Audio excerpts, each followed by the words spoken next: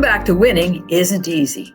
How disability carriers like Reliance Standard deny Charcot-Marie-Tooth diseases by using social media searches, and what can happen to your ERISA disability claim. Now, Charcot-Marie-Tooth disease, CMT, is a genetic neurological degenerative disease that damages peripheral nerves, particularly in your hands and feet. It's incredibly painful. It's characterized by a burning sensation, and that pain can obviously interfere with concentration and cause fatigue. Disability carriers, like Reliance Standard, are always looking for a reason to deny a claim. One of the tools that they use is a social media search. So I'm going to tell you the story of a Mayo Clinic nurse, McIntry, who suffered from CMT. She became unable to work as a nurse because of balance issues and pain. She applied for her own occupation long-term disability benefits, and Reliance Standard, the disability carrier for Mayo, paid her own occupation benefits because she couldn't work as a nurse. However, the disability definition changed after 2 years from an inability to do own occupation duties to an inability to do any occupation. Now, what's important is for you to get out your disability insurance policy or plan and read what the definition is of own occupation and any occupation, because you have the burden to prove that you can't do one and then the other. Now, what Reliance Standard did in this case was they got out that definition of disability, and they looked at it and they thought, what tool am I going to use in my denial toolbox in this claim to try to justify a claims denial? And in this particular case, they pulled out that social media denial tool. They hired an investigative company who performed a social media search, which revealed she was a dog breeder who raised and sold puppies. She was also a dog trainer for a kennel company.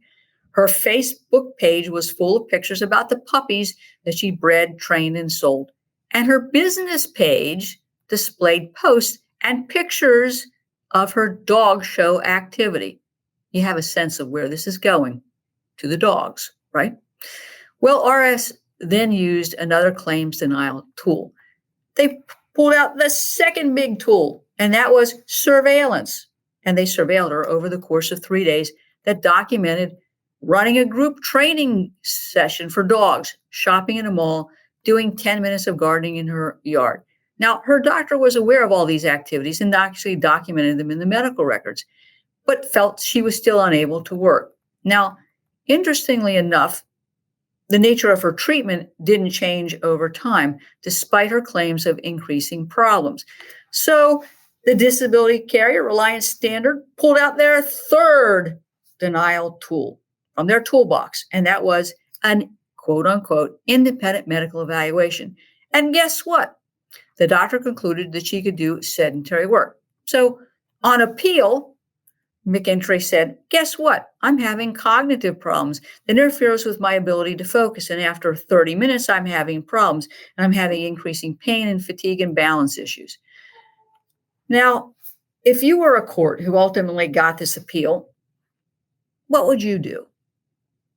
Well, I will tell you what this court did. They rejected her arguments, noting that Reliance Standard had attempted to clarify her daily activities, that the surveillance, and the social media showed that she was doing lots of things which were inconsistent with her claim, and that the IME had addressed her pain and fatigue. And they had considered all of this in her medical records in denying her benefits. Now,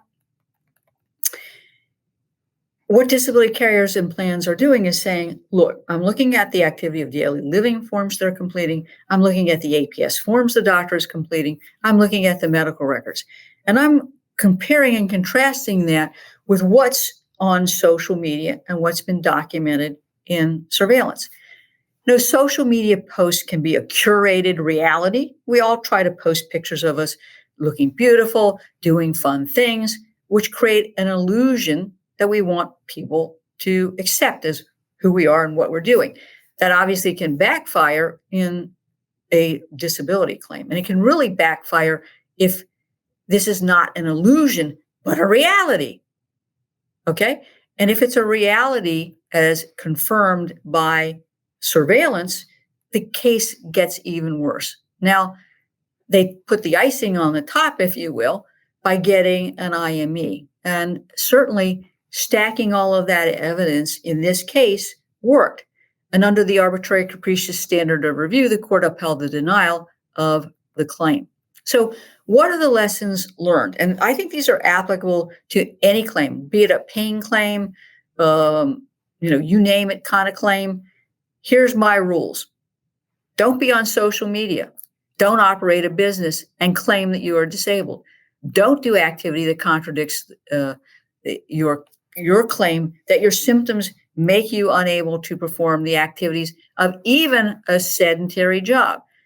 Don't get minimal treatment if you're claiming that your symptoms are increasing. You can see all of this adds up to a claims denial and a claims denial or termination that will be upheld by the court. Got it? Let's take a break.